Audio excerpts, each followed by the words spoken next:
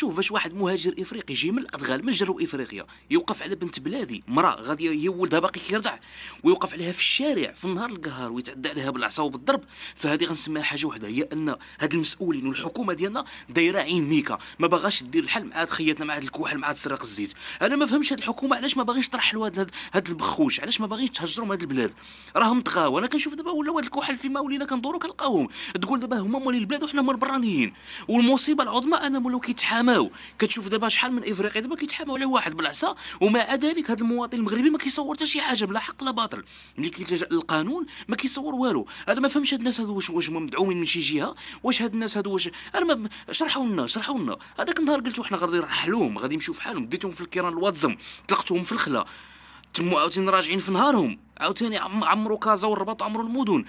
ولينا في الناس الشباب ولاو في الخدامين كنلقاوهم زاحمين معاهم فين ما كان.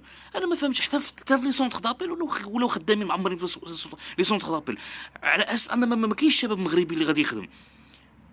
ما فهمتش انا، ديروا الحل اصاحبي وخرجوا عنا تسرق الزيت من البلاد، خرجوا هاد تسرق الزيت من البلاد، راهم ولاو كيتعدوا على المواطن المغربي بالعلالي.